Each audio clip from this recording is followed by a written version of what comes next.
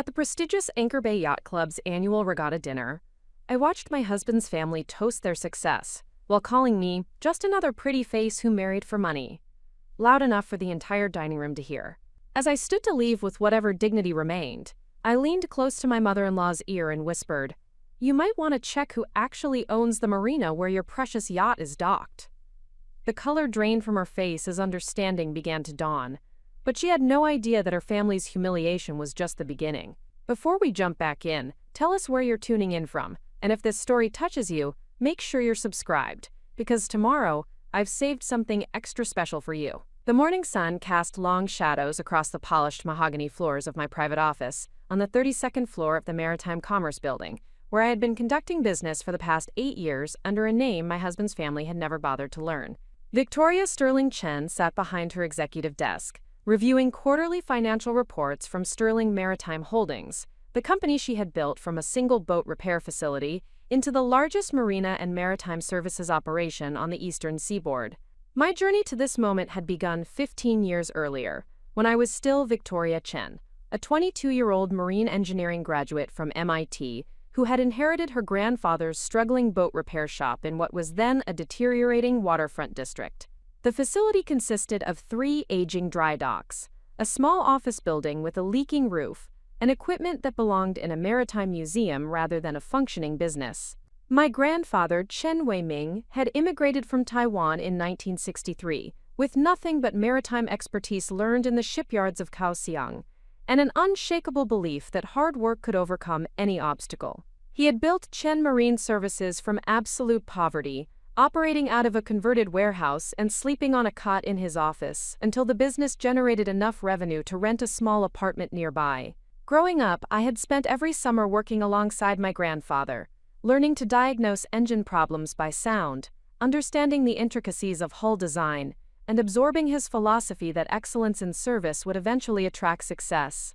While other children attended summer camps or vacationed with their families, I was covered in engine grease, learning to operate heavy machinery, and developing an intuitive understanding of maritime engineering that would later prove invaluable. When my grandfather passed away during my senior year at MIT, he left me the business along with a handwritten letter that I still kept framed in my office.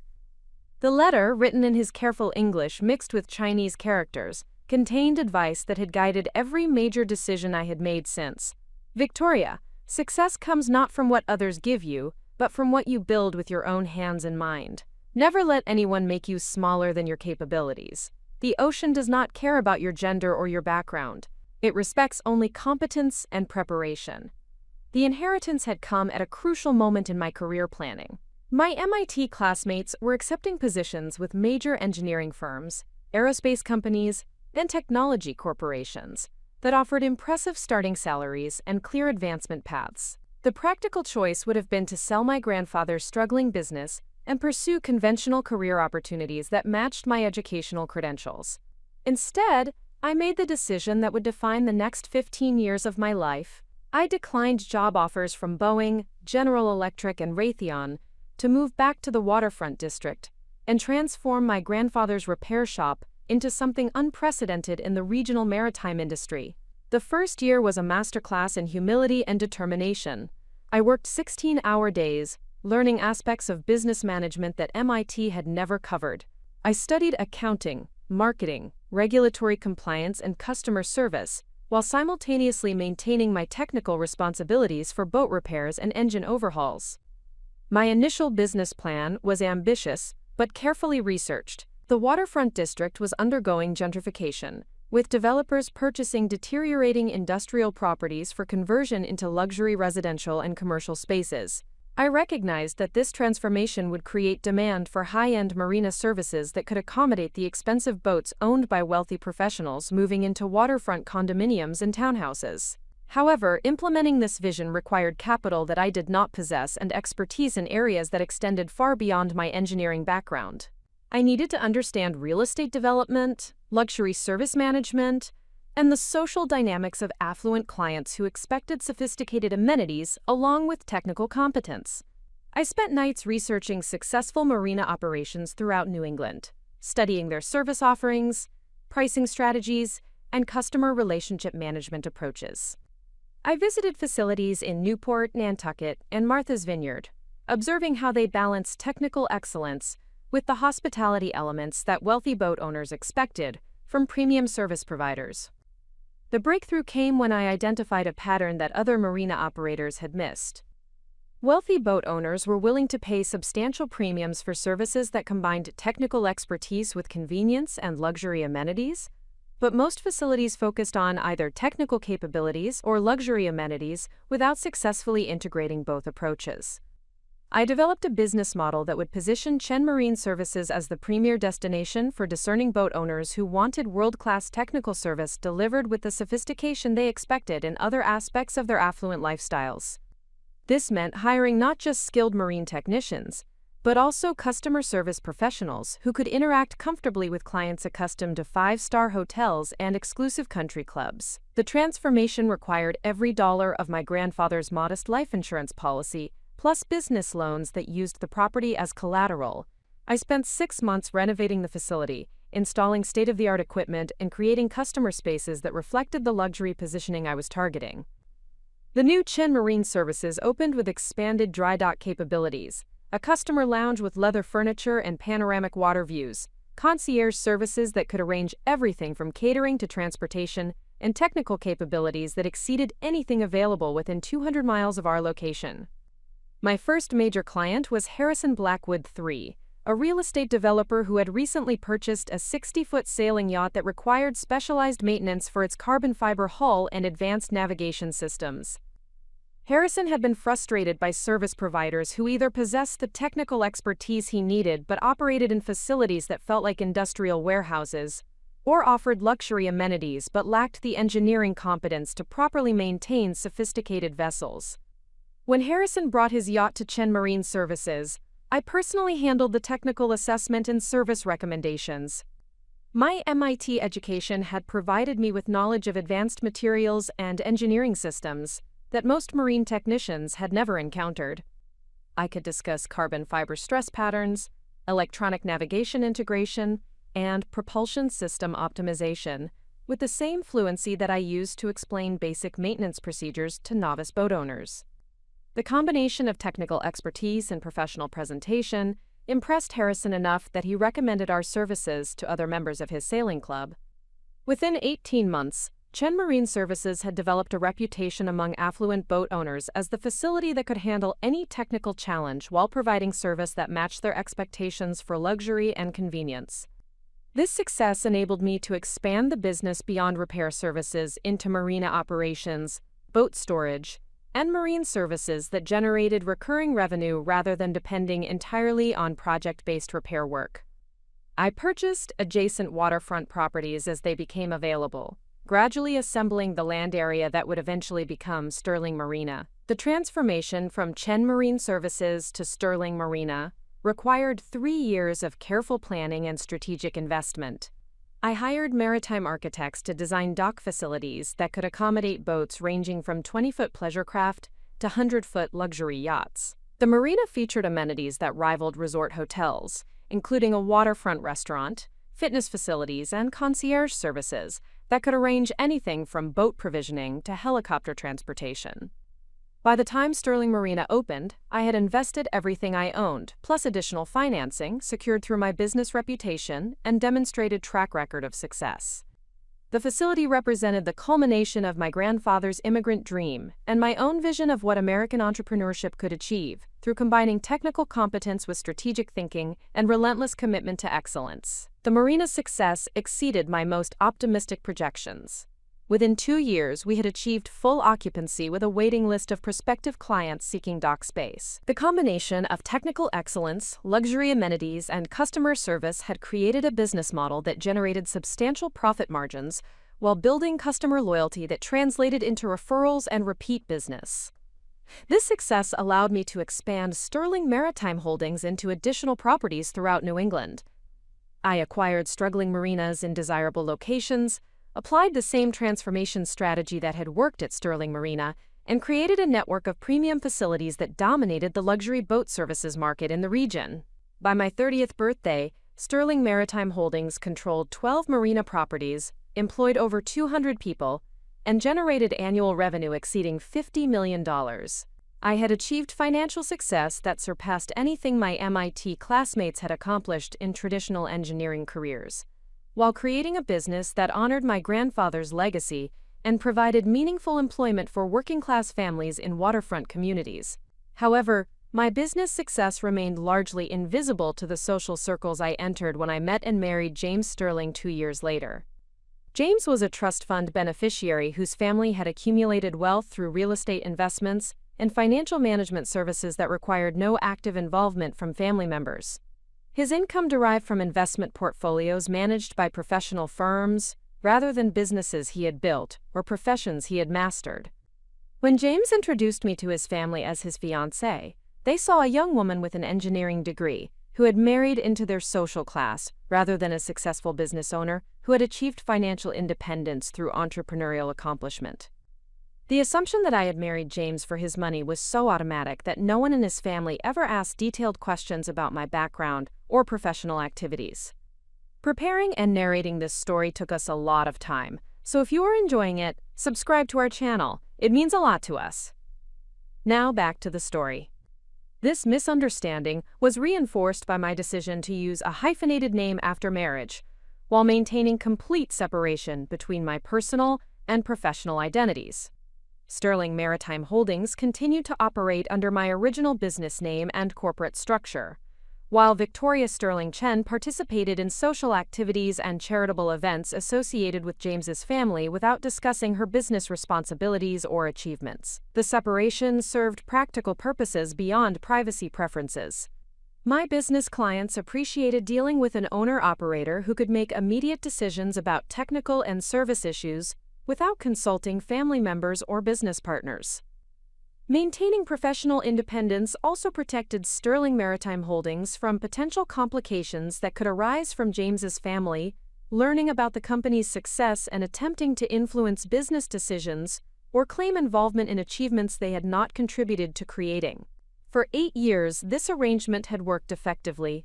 James understood that I managed successful business interests without needing details about specific operations or financial performance.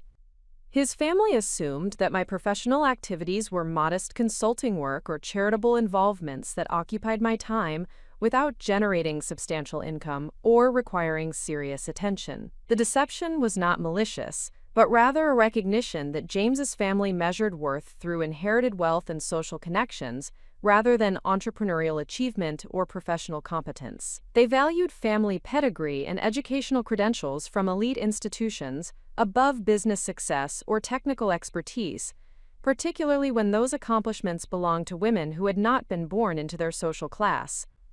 This morning, as I reviewed Sterling Maritime Holdings' quarterly report showing record profitability across all 12 properties, I reflected on the irony of my situation.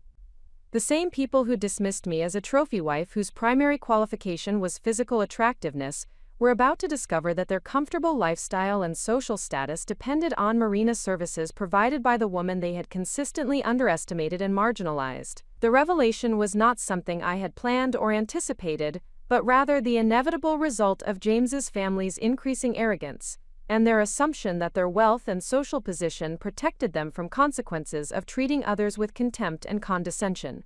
Tonight's regatta dinner at Anchor Bay Yacht Club would provide the perfect setting for this revelation, as the Sterling family yacht, along with boats owned by their closest friends and business associates, occupied premium dock spaces at Sterling Marina under long-term contracts that generated substantial revenue for my company while making their luxurious lifestyle possible. As I prepared to leave my office and attend the evening's festivities, I wondered how James's family would respond when they learned that the woman they had dismissed as intellectually inferior and financially dependent actually controlled the maritime infrastructure that enabled their recreational activities and social prominence. The thought brought a smile to my face as I locked my office and headed toward what would undoubtedly be the most interesting dinner conversation of my marriage. The Sterling family compound occupied 12 acres of prime waterfront real estate in the exclusive Beacon Hills neighborhood, where property values began at $8 million and the annual association fees exceeded most people's salaries.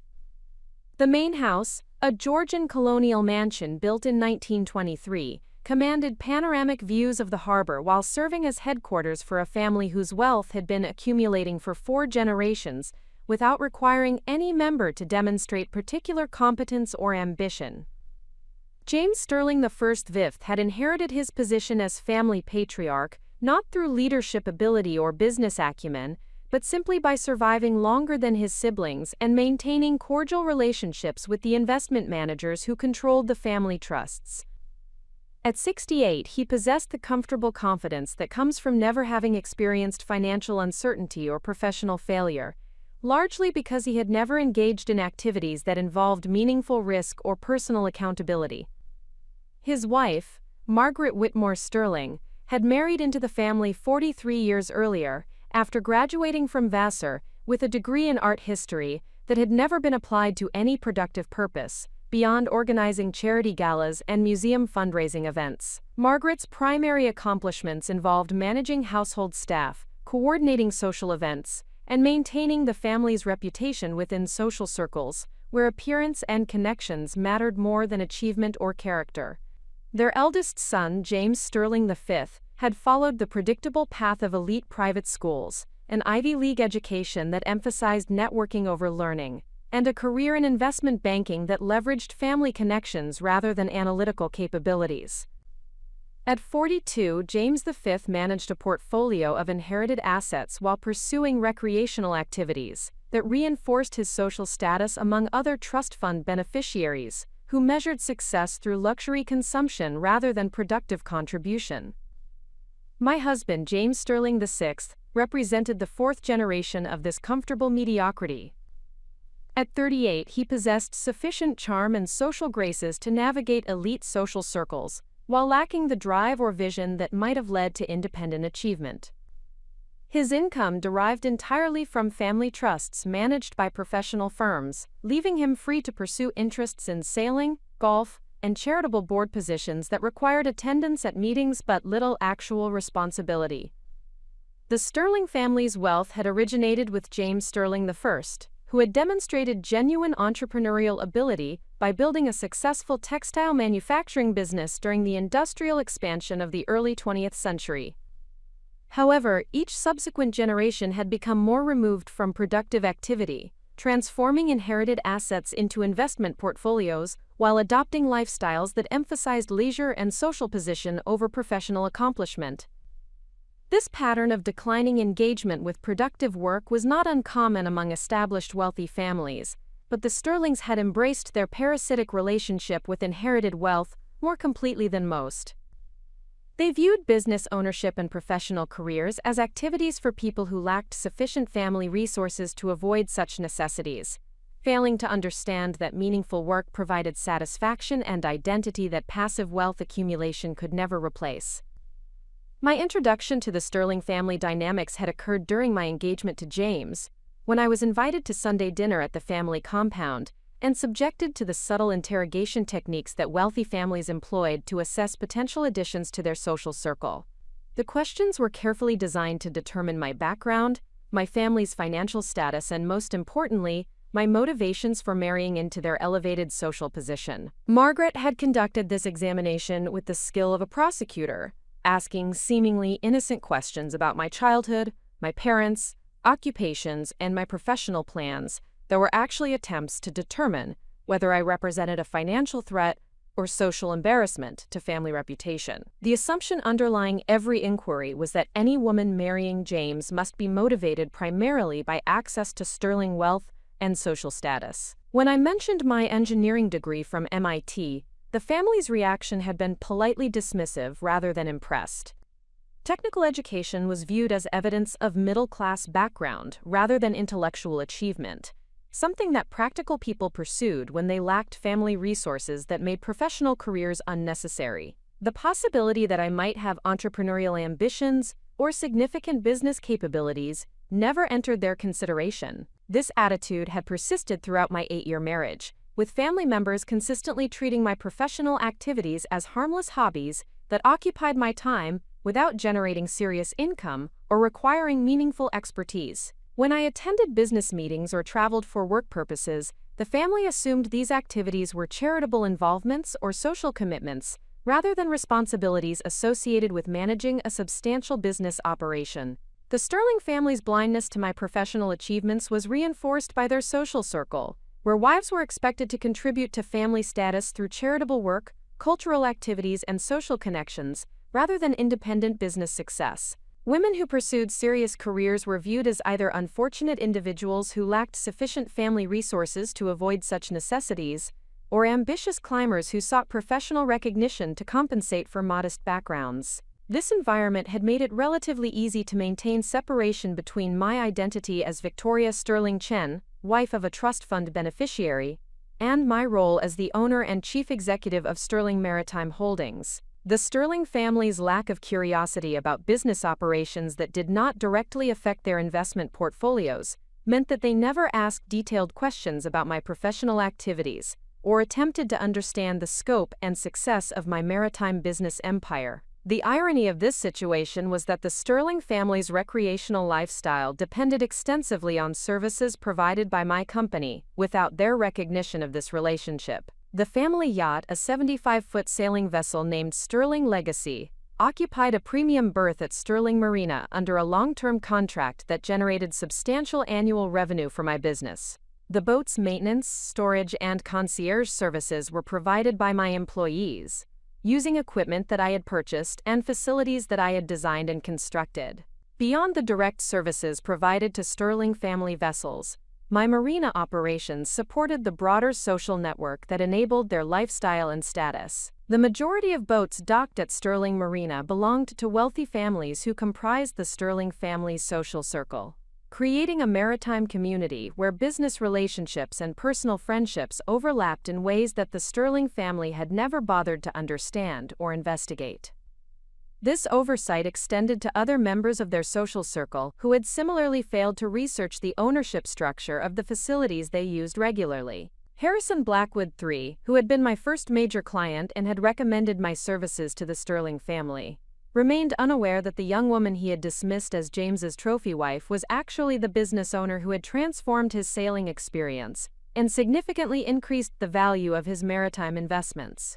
The Whitmore family, Margaret's relatives who maintained their own boats at Sterling Marina, had never connected Victoria Sterling Chen with the Chen Marine Services that had evolved into Sterling Maritime Holdings. They continued to treat me with the condescending politeness reserved for younger women who had married above their social class, unaware that their recreational activities were facilitated by my business expertise and entrepreneurial success. Dr. Richard Hampton, a prominent surgeon whose family had socialized with the Sterlings for decades, had often made comments about the challenges of managing successful medical practices, while expressing sympathy for women like me who lacked professional accomplishments that could provide meaningful work and personal fulfillment. His own yacht required specialized maintenance services that only my company could provide in the regional market, yet he remained oblivious to this relationship. These patterns of blindness and assumption had created a situation where an entire social network of wealthy individuals depended on my business operations, while simultaneously dismissing my capabilities and achievements. Their comfort and status were enabled by my entrepreneurial success, yet their prejudices prevented them from recognizing this fundamental contradiction in their attitudes and behavior. The most frustrating aspect of this dynamic was not the personal disrespect, which I had learned to ignore, but the broader implications for other women who might face similar prejudices and dismissive treatment. The Sterling family's attitudes reflected widespread assumptions about women's capabilities and motivations that could limit opportunities for female entrepreneurs and business leaders who did not have the luxury of maintaining separate personal and professional identities. My success had been achieved despite rather than because of my marriage into the Sterling family, yet their social circle assumed that any professional accomplishments I might possess were either insignificant compared to my access to Sterling wealth, or dependent on family connections rather than independent expertise and effort. This assumption diminished not only my achievements, but the possibility that other women in similar situations might possess capabilities and accomplishments that warranted recognition and respect. The Sterling family's wealth had insulated them from consequences of their prejudices and dismissive attitudes, creating an environment where they could maintain comfortable assumptions about other people's motivations and capabilities without being challenged by contrary evidence. Their social position allowed them to surround themselves with individuals who either shared their prejudices or were financially dependent on their approval, preventing the kind of honest feedback that might have encouraged more accurate and respectful assessment of others' worth and achievements. This protective bubble of wealth and status had also prevented the Sterling family from developing the skills and perspectives that might have enabled them to recognize entrepreneurial success when they encountered it. Having never built businesses themselves or worked alongside successful entrepreneurs, they lacked the knowledge and experience necessary to identify the characteristics and capabilities that distinguished genuine business achievement from inherited wealth or social connections. The maritime industry required technical expertise, operational management skills, customer relationship capabilities, and strategic thinking that could not be acquired through social connections or family wealth alone. My success had required mastering complex engineering principles, understanding regulatory frameworks, managing substantial construction projects, and developing service delivery systems that could satisfy demanding clients while generating sustainable profit margins. These accomplishments represented exactly the kind of practical intelligence and business acumen that the Sterling family claimed to value in their investment decisions and business partnerships, yet they remained unable to recognize these qualities when they appeared in contexts that challenged their preconceived notions about women's capabilities and motivations. The evening's regatta dinner would provide an opportunity to test whether the Sterling family could acknowledge and respect business achievement when it was revealed in circumstances that made denial impossible.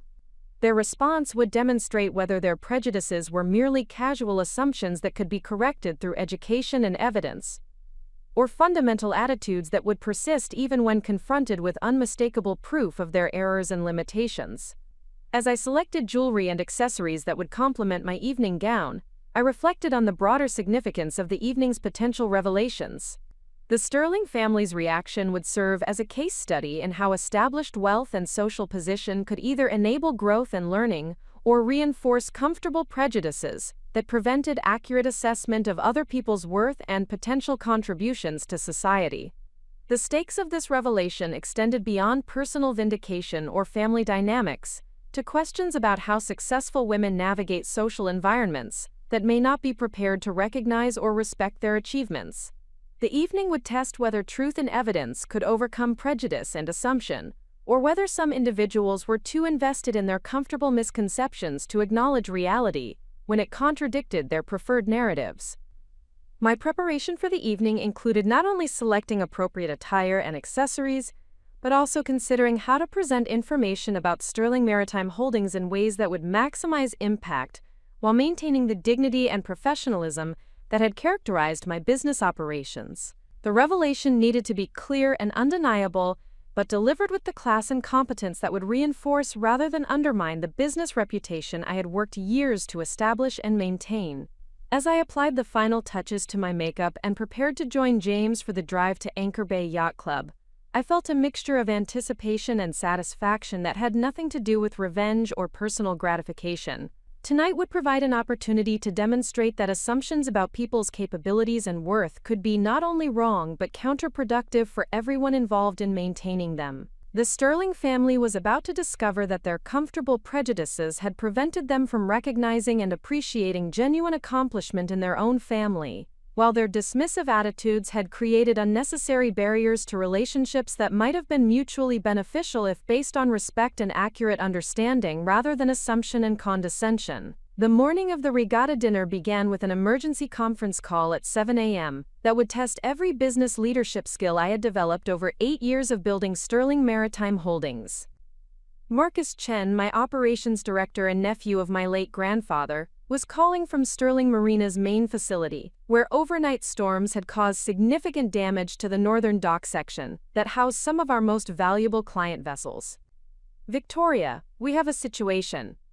Marcus began without preamble, his voice carrying the controlled urgency I had learned to associate with genuine crises rather than routine operational challenges. The storm surge last night exceeded our projections by 18 inches, and the wave action compromised the structural integrity of docks 7 through 12. We have 23 boats in that section, including the Sterling Legacy and Harrison Blackwood's new 70-footer.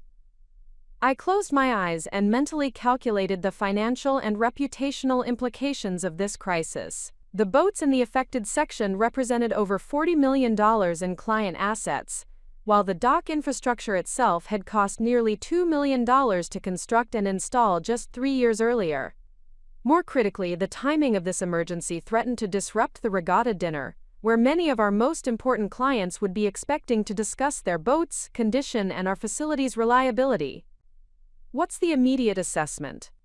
I asked, already moving toward my laptop to access the Marina's security camera system and weather monitoring equipment that provided real-time data about conditions at all Sterling Maritime Holdings facilities.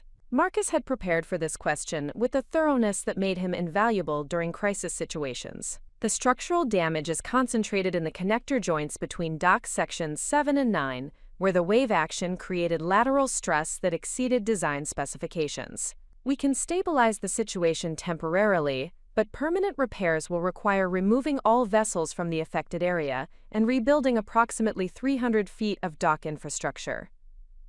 This was precisely the type of crisis that separated competent marina operators from industry leaders. The technical challenges were significant, but solvable, while the customer service implications required sophisticated communication and relationship management strategies that could either strengthen or destroy client confidence in our capabilities and reliability. I had encountered similar situations during Sterling Maritime Holdings' early years, when unexpected equipment failures or severe weather events had threatened to undermine the business reputation we were working to establish.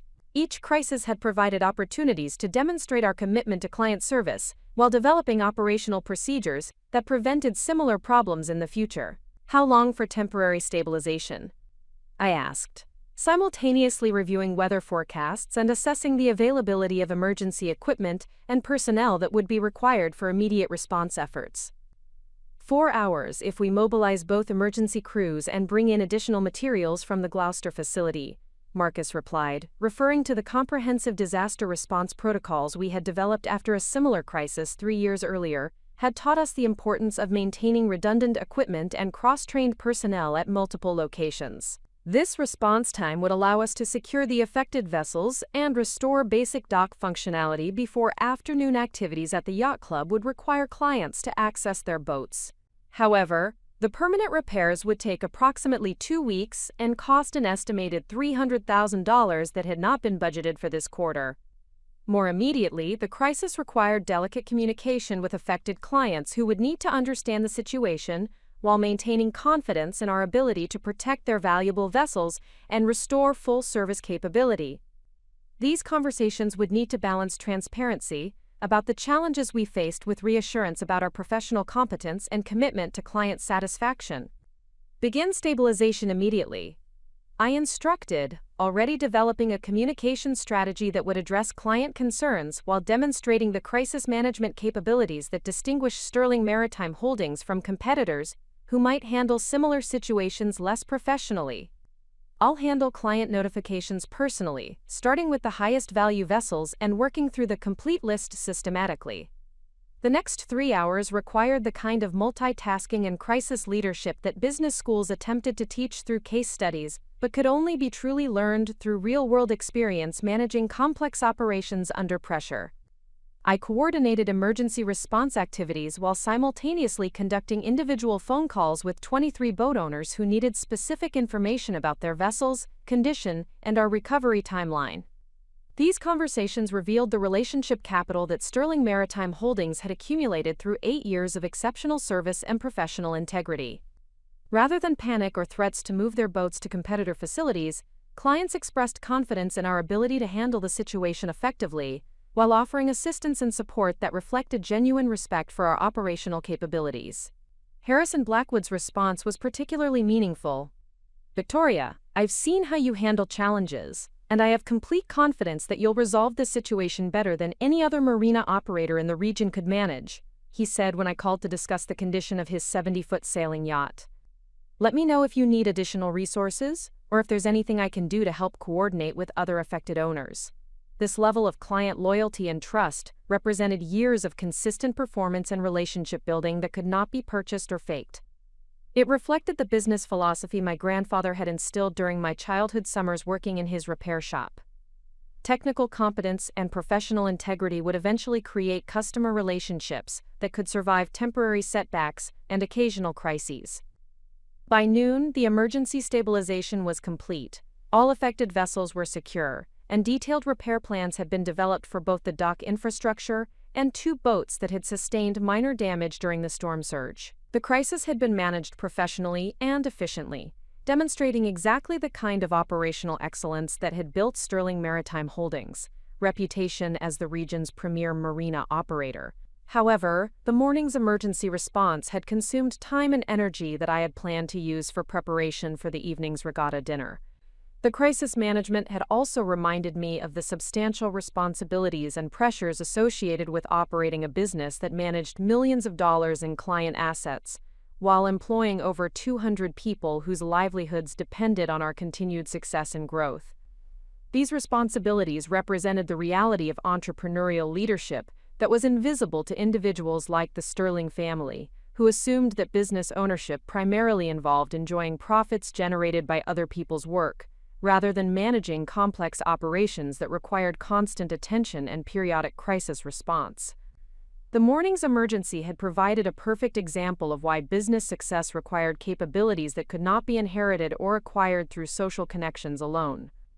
As I prepared to leave my office and return home to prepare for the evening's social event, I reflected on the contrast between the meaningful work I had just completed and the superficial conversations that would dominate tonight's yacht club gathering. The Sterling family and their social circle would spend the evening discussing recreational sailing, vacation destinations, and social gossip while remaining oblivious to the business operations and professional expertise that made their comfortable lifestyle possible. This disconnect was not merely amusing, but represented a broader cultural problem in how society valued different types of contribution and achievement. The individuals attending tonight's dinner would receive social recognition and respect based on inherited wealth and family connections, rather than productive work or meaningful contribution to economic activity and employment creation. Meanwhile, the emergency response team that had spent the morning protecting millions of dollars in client assets while ensuring the safety and security of valuable vessels would remain invisible to the social elite who benefited from their professional competence and dedication. This inversion of recognition and respect reflected societal priorities that rewarded passive wealth accumulation over active business leadership and operational excellence. The afternoon was spent in final preparations for permanent dock repairs, coordination with insurance adjusters and marine construction contractors, and development of communication materials that would keep all Sterling Maritime Holdings clients informed about our recovery progress and timeline.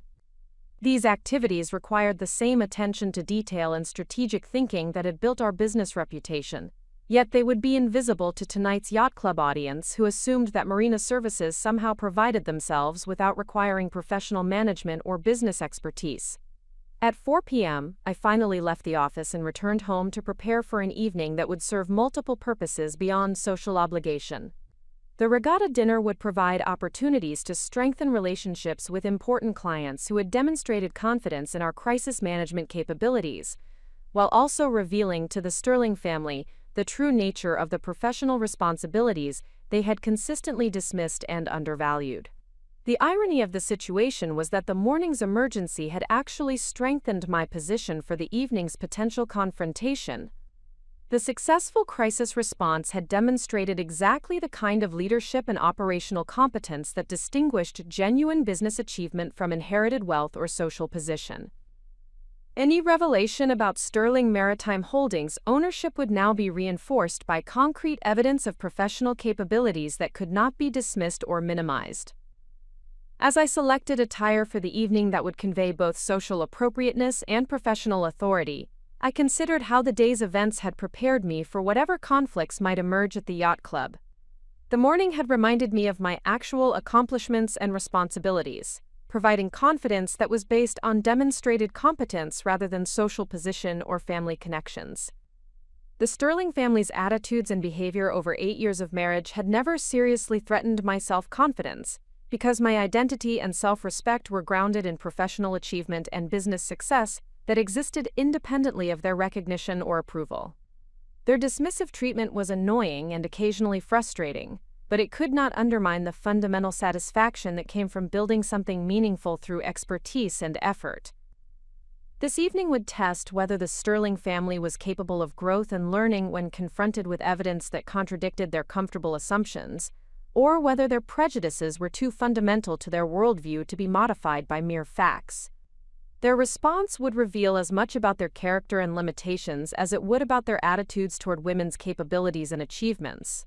The broader significance of tonight's potential revelation extended beyond personal vindication to questions about how society could better recognize and reward genuine contribution and achievement, while reducing the unearned advantages that inherited wealth provided to individuals who had not demonstrated comparable capabilities or character. My grandfather's immigrant experience had taught him that American society offered opportunities for advancement through work and achievement, but his grandson's marriage had revealed that established wealthy families often remained insulated from the competitive pressures and performance standards that motivated excellence in others. This protection from consequences could lead to complacency and prejudice that diminished both personal development and social contribution.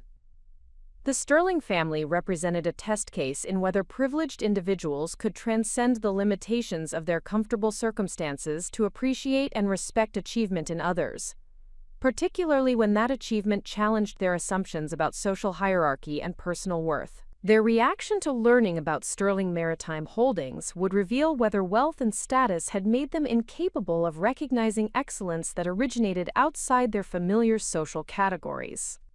As evening approached and James returned home from his afternoon sailing activities, I felt prepared for whatever conversations and confrontations the night might bring. The morning's crisis management had reminded me of my actual capabilities and responsibilities, while the successful resolution had provided fresh evidence of the professional competence that the Sterling family had consistently failed to recognize or appreciate.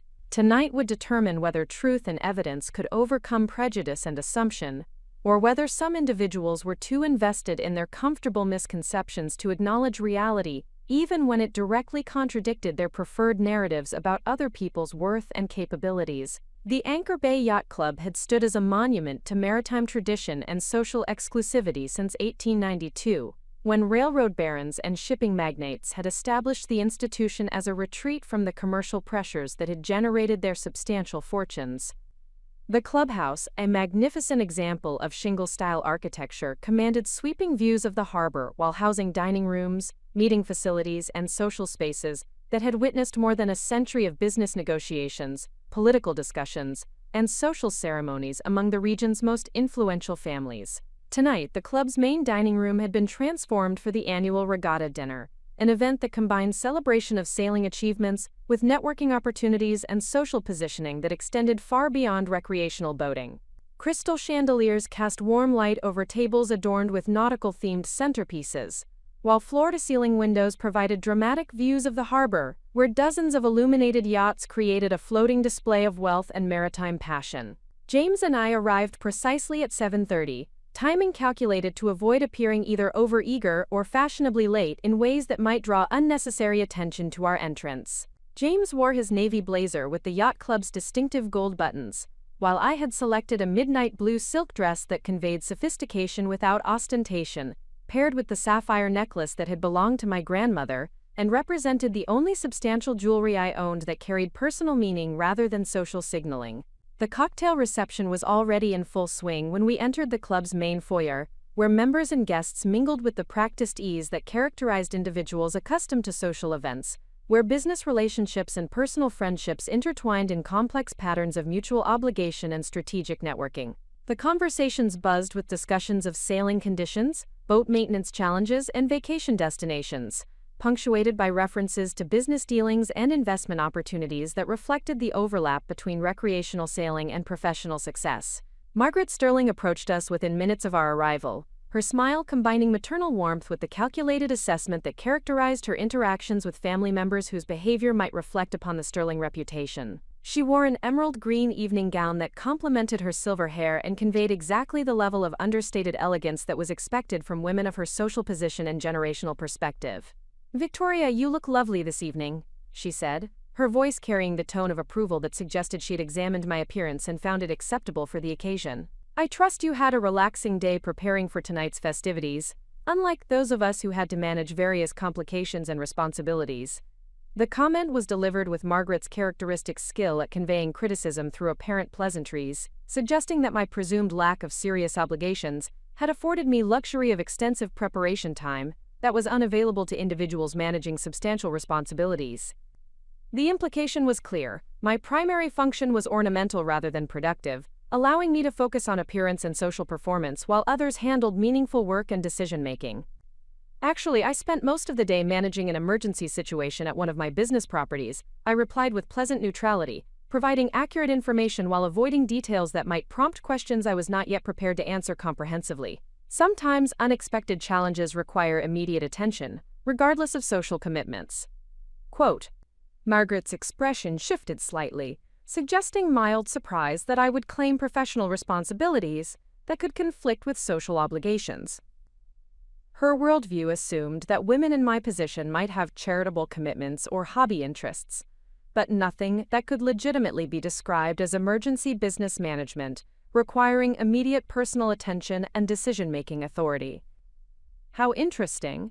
She responded with the kind of polite dismissal that indicated her assumption that any business property I might reference was likely a small investment or consultation arrangement rather than substantial operational responsibility. I hope you were able to resolve whatever minor issue arose without too much inconvenience. Before I could respond to this characterization, Harrison Blackwood III approached our conversation group with the confident stride that reflected his comfort within the club's social environment and his recognition as one of the evening's honored guests whose sailing achievements had contributed to the regatta's success. His presence immediately shifted the conversation's dynamic, as both James and Margaret accorded him the respectful attention that his business success and club leadership position commanded. James, Victoria, wonderful to see you both, Harrison said with genuine warmth that distinguished him from other club members whose social interactions were more calculated and performative. Victoria, I wanted to thank you again for the excellent work your people did this morning with the dock situation. The professionalism and efficiency were exactly what we've come to expect, and I know the other affected owners share my appreciation for how well the crisis was handled. Margaret's eyebrows rose slightly at this reference to business activities that seemed to involve more substantial responsibility than she had assumed I possessed. Her expression suggested curiosity mixed with skepticism about the nature of my apparent involvement in Marina operations that had affected Harrison's valuable sailing yacht and required professional crisis management capabilities. I wasn't aware that Victoria was involved in Marina management, Margaret said carefully, her voice carrying the tone of someone seeking clarification about a situation that did not align with her existing understanding of family members' professional activities and responsibilities. Harrison looked genuinely surprised at Margaret's apparent ignorance about my professional role, his expression suggesting that he assumed family members would naturally be aware of each other's business activities and achievements. His response would prove to be the first crack in the careful separation I had maintained between my personal and professional identities. Victoria's operation is the finest marina facility on the entire eastern seaboard, Harrison replied with enthusiasm that reflected his genuine appreciation for Sterling Maritime Holdings, service quality and operational excellence. The technical expertise and customer service are exceptional, and the facility management is absolutely first-rate. We've had our boat there for 3 years, and the experience has been outstanding in every respect. The conversation paused as Margaret processed this information, her expression indicating confusion about how her daughter-in-law could be operating a marina facility without her knowledge or understanding. James appeared equally puzzled, though his confusion seemed to stem from uncertainty about the scope of my business activities rather than complete ignorance of their existence. Dr. Richard Hampton joined the conversation at this moment, his arrival adding another perspective that would further complicate the evening's social dynamics. Richard had known the Sterling family for decades and maintained his own yacht at Sterling Marina, though he had never connected the facility's ownership with my identity as James's wife and Margaret's daughter-in-law. "Are we discussing marina facilities?" Richard asked with the jovial confidence that characterized his social interactions at the yacht club. "I must say the new management at Sterling Marina has been absolutely exceptional. The quality of service and the facility improvements over the past few years have been remarkable. Whoever owns that operation certainly knows how to run a first-class maritime business." Margaret's expression was becoming increasingly strained, as multiple club members referenced a Marina operation that apparently involved me in ways that contradicted her understanding of my professional activities and capabilities. The conversation was revealing information that challenged fundamental assumptions about family relationships and individual achievements that she had maintained for 8 years. "I seem to be missing something important about Victoria's professional activities," Margaret said with the careful tone of someone attempting to gather information while avoiding the appearance of family discord or communication failures. "Perhaps you could clarify the nature of your involvement with this Marina that Harrison and Richard are discussing." The moment had arrived when maintaining separation between my personal and professional identities was no longer possible or appropriate. The evening's social dynamics had created a situation where direct questions demanded honest answers that would either reveal the truth about Sterling Maritime Holdings, ownership, or require deceptive responses that would compromise my personal integrity and professional reputation. Sterling Marina is one of 12 facilities operated by Sterling Maritime Holdings, the company I founded 8 years ago, I said with quiet clarity that allowed the information to register fully before continuing. "We provide premium marina services throughout New England, specializing in luxury vessel management and waterfront property development." The silence that followed this statement was profound, as Margaret, James, and other nearby conversation participants processed information that fundamentally altered their understanding of my identity, capabilities, and achievements. The revelation recontextualized every assumption they had made about my professional activities, financial independence, and business expertise over the course of our 8-year relationship. Margaret was the first to respond, her voice carrying a tone of disbelief mixed with the beginning recognition that her dismissive attitudes toward my capabilities had been based on incomplete and inaccurate information about my actual professional accomplishments and business success. "You own Sterling Marina?" she asked, her question indicating that she was beginning to understand the implications of this revelation for her family's relationship with the facility that housed their yacht and provided services they had always assumed were managed by unknown business entities rather than family members. "Sterling Maritime Holdings owns and operates Sterling Marina along with 11 other premium marina facilities throughout New England," I clarified, providing information that expanded the scope of the revelation beyond a single property to a substantial business empire that represented years of entrepreneurial achievement and operational excellence. Harrison's expression shifted to one of amused respect as he realized the irony of the situation he had unknowingly participated in for years. "You mean to tell me that I've been recommending your services to other club members without realizing that you were James's wife?" he asked with a laugh that reflected appreciation for the elegant way I had managed the intersection of personal and professional relationships. The conversation was attracting attention from other club members who sensed that something significant was being revealed within their social circle. Charles Whitmore, Margaret's brother, approached with curiosity about the discussion that seemed to be generating unusual interest and emotional reactions among participants. "What's all the excitement about?" Charles asked with the casual confidence of someone accustomed to being included in important conversations and social developments within the club's membership. "We're just learning that Victoria owns the marina where most of our boats are docked," Richard explained with amusement that reflected his appreciation for the surprise revelation. "It appears that we've been praising the exceptional service without realizing we were complimenting a family member."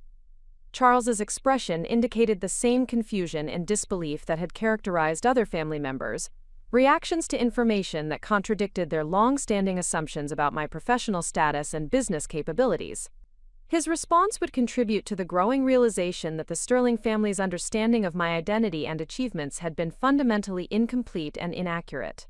The revelation was spreading through the cocktail reception as club members shared information about the surprising connection between Victoria Sterling Chen and the marina operation that served many of their vessels. The news created a buzz of conversation that reflected genuine interest in the business success that had been hidden within their social circle for years.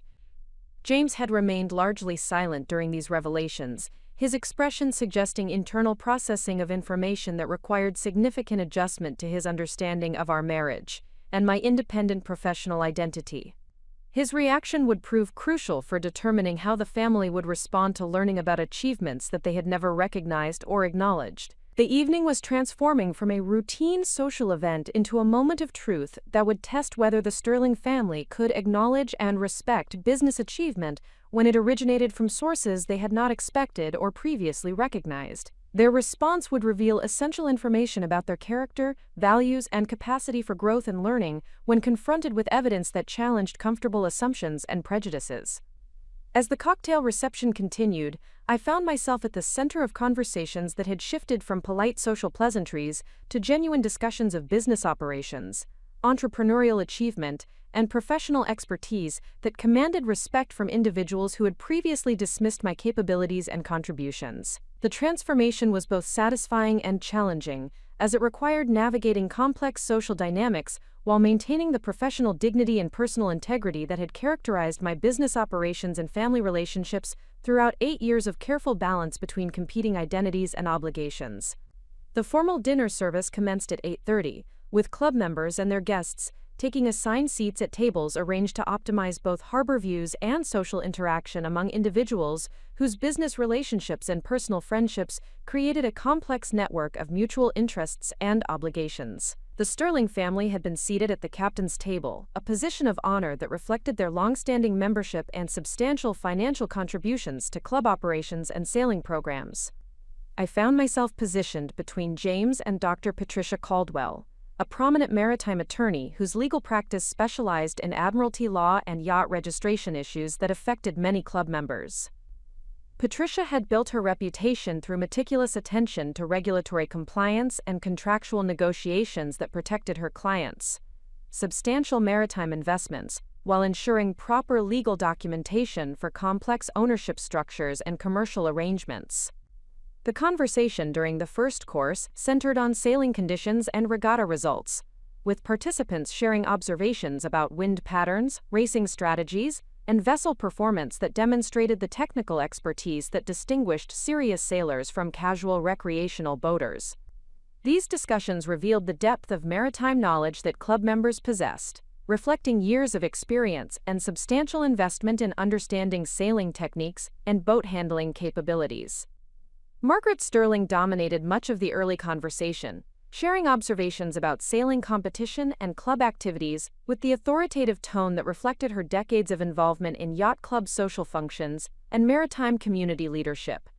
Her commentary demonstrated familiarity with racing protocols, sailing traditions, and club history that established her credibility within the group while reinforcing her position as a respected voice in maritime social circles. However, the dynamic shifted significantly when Patricia Caldwell turned her attention to recent developments in marina operations and maritime business management that had attracted her professional interest as an attorney representing boat owners and maritime service providers. "I've been following the expansion of Sterling Maritime Holdings with considerable interest," Patricia began, her voice carrying the analytical tone that characterized her approach to legal and business matters. "The company has achieved remarkable growth while maintaining service quality that exceeds industry standards. The ownership structure and operational strategy represent innovative approaches to maritime business development that could serve as models for other regional operators." Margaret's expression indicated polite interest mixed with curiosity about why Patricia would assume that anyone at the table possessed detailed knowledge about a maritime business operation that seemed peripheral to their immediate social circle and recreational interests.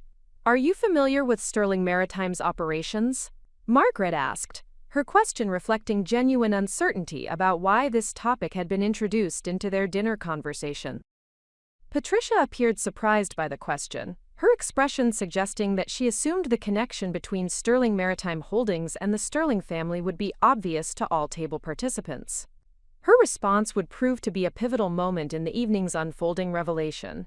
"Well, certainly," Patricia replied with mild confusion about Margaret's apparent ignorance regarding a business relationship that she assumed was well established and openly acknowledged.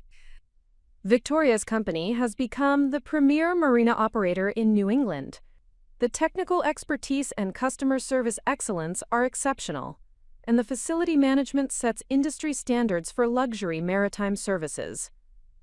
The silence that followed this statement was profound, as Margaret processed information that fundamentally altered her understanding of family relationships and individual achievements that she had maintained for 8 years. Her expression indicated the beginning recognition that her assumptions about my professional activities and business capabilities had been completely inaccurate. James appeared equally stunned, though his reaction seemed to reflect surprise about the scope and recognition of business activities that he had understood existed, but had never fully comprehended in terms of their significance within the maritime industry and business community.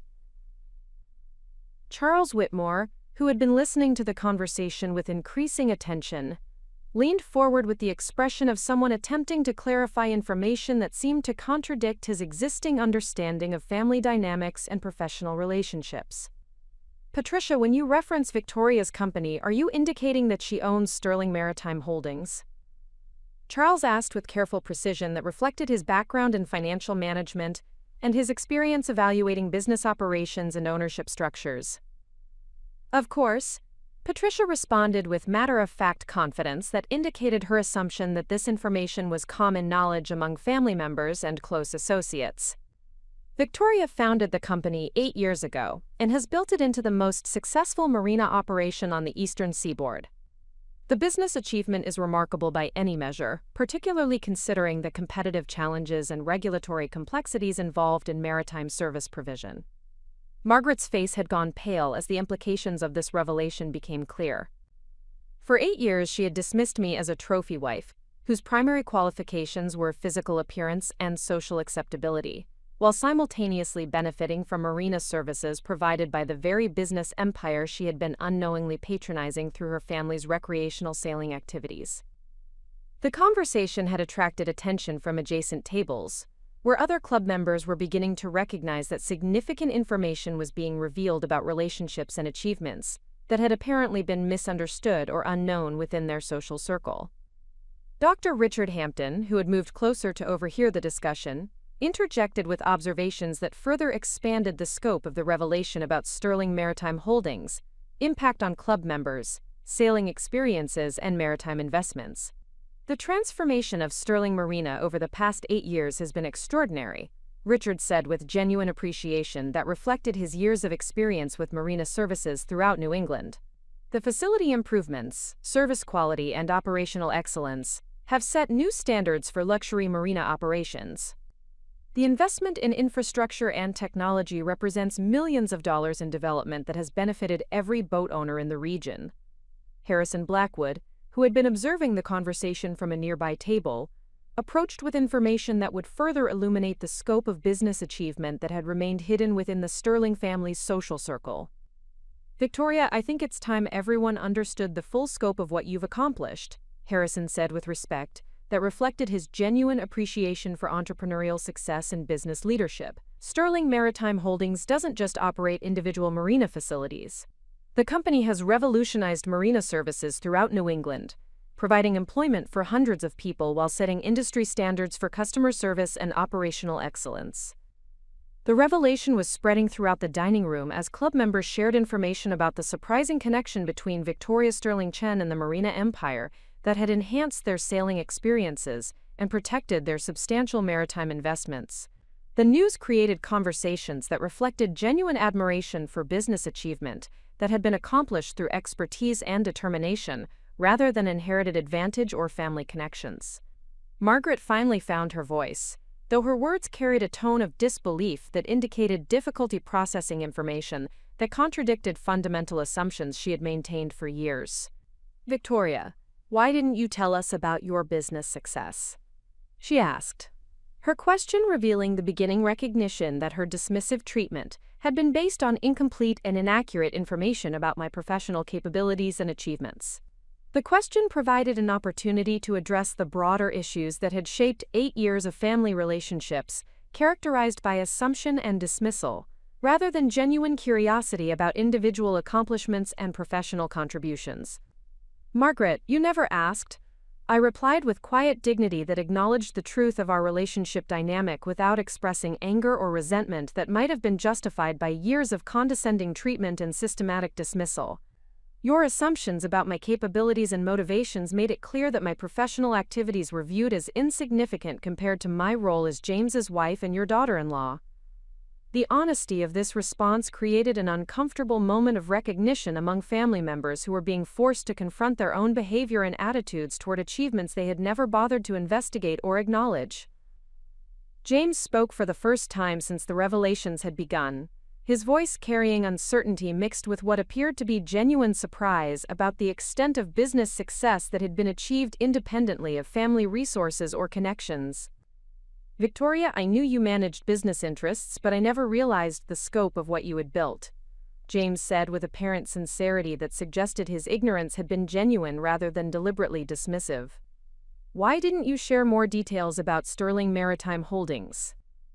This question revealed the complex dynamics that had shaped our marriage and family relationships, where assumptions and lack of curiosity had prevented the kind of communication that might have led to greater understanding and mutual respect. "James, you showed no interest in the details of my professional responsibilities." I responded with factual accuracy that avoided accusation while acknowledging the reality of our relationship patterns. "When I mentioned business meetings or work commitments, you treated them as social obligations rather than professional requirements. Your family's assumptions about my motivations and capabilities made it easier to maintain separation between my personal and professional identities."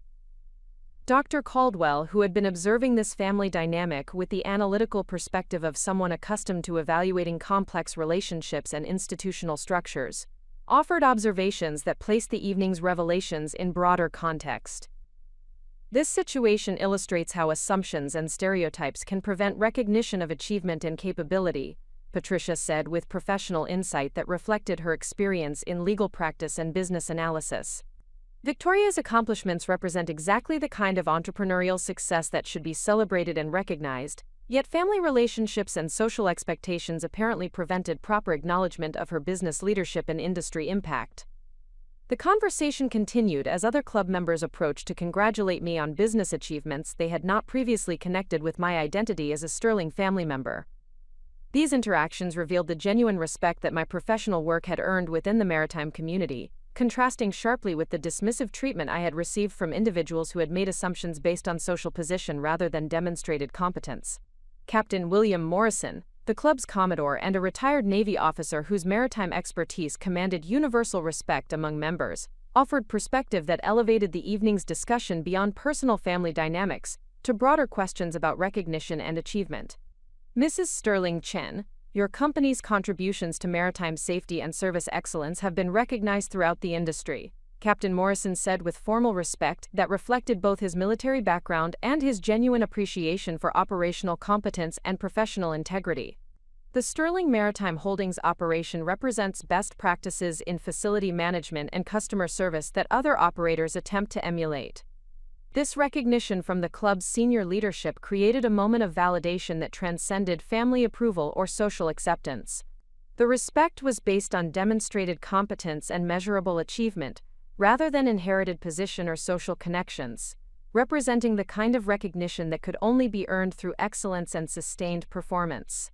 The revelation had transformed the evening from a routine social event into a moment of truth that exposed the limitations of assumptions and stereotypes, while demonstrating how genuine achievement could command respect from qualified evaluators who understood the expertise and commitment required for business success.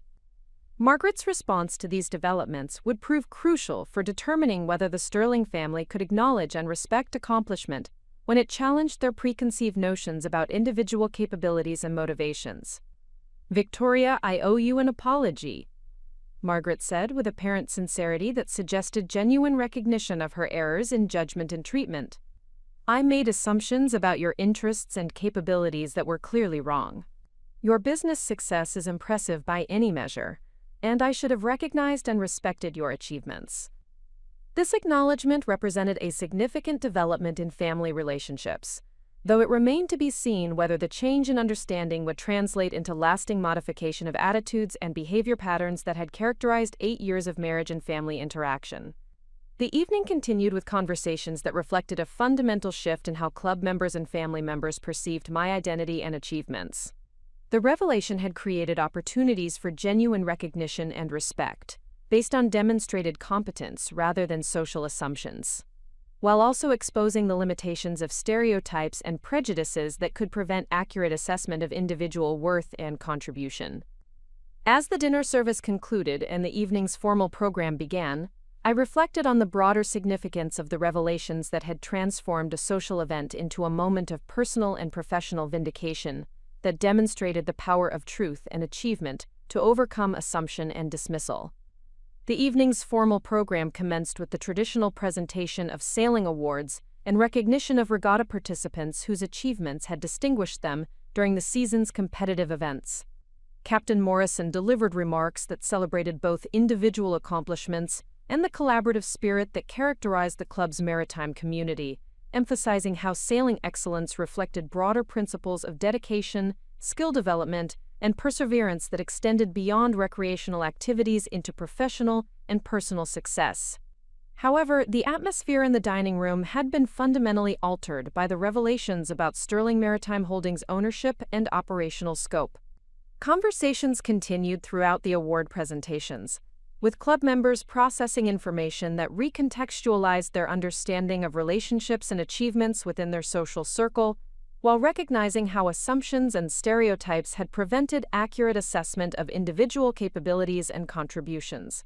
I observed these discussions with professional interest, noting how maritime industry professionals responded differently than individuals whose knowledge was limited to recreational sailing experiences. The business owners and professionals who understood operational complexities and entrepreneurial challenges expressed genuine respect for the achievements represented by Sterling Maritime Holdings' growth and industry leadership. Their recognition was based on technical appreciation for the expertise and commitment required to build and manage complex marine service operations. In contrast, family members and social acquaintances who lacked business experience appeared more focused on the surprise of the revelation rather than substantive appreciation for the accomplishments involved. Their reactions suggested difficulty integrating new information about my professional identity with existing assumptions about my motivations and capabilities, reflecting broader challenges in how individuals process evidence that contradicts comfortable stereotypes and prejudices. Margaret Sterling had remained largely silent during the award presentations, her expression indicating internal processing of information that required significant adjustment to her understanding of family relationships and individual achievements. Her earlier apology had suggested recognition of errors in judgment, but her continued discomfort indicated that acknowledging mistakes was easier than fundamentally revising attitudes and assumptions that had shaped 8 years of interaction patterns. The situation reached a critical juncture during the coffee service, when club members began moving between tables to continue conversations and congratulate regatta participants on their sailing achievements. The informal mingling created opportunities for more detailed discussions about Sterling Maritime Holdings, while also providing possibilities for conflicts that had been suppressed during the formal dinner service. Eleanor Whitmore, Margaret's sister-in-law and a woman whose social commentary often reflected the unfiltered opinions that others expressed more diplomatically, approached our table with an expression that suggested she had been observing the evening's revelations with skeptical interest rather than admiring recognition. "Well, this has certainly been an evening of surprises," Eleanor announced with the kind of calculated loudness that ensured nearby tables could overhear her observations. Who would have imagined that our little Victoria had been conducting business operations all along? Though I suppose these days everyone claims to be an entrepreneur or business owner of some sort. The comment was delivered with Eleanor's characteristic skill at conveying dismissal through apparent acknowledgement, suggesting that while she had been forced to recognize my business activities, she remained skeptical about their significance or legitimacy. Her tone implied that Sterling Maritime Holdings might represent the kind of modest consulting arrangement or small-scale operation that individuals sometimes inflated beyond their actual scope or importance. Patricia Caldwell, who had been observing family dynamics with the analytical perspective that characterized her legal practice, responded with information that would prove particularly devastating to Eleanor's attempt at minimization and dismissal.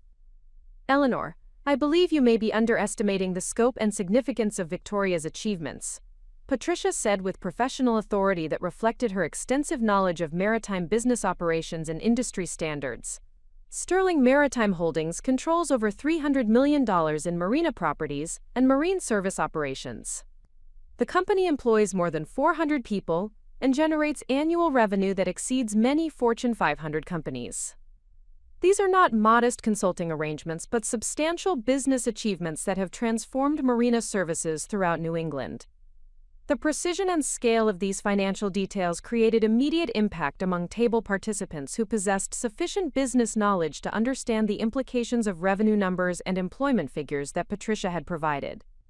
The information established Sterling Maritime Holdings as a major regional enterprise, rather than the small-scale operation that Eleanor had attempted to suggest.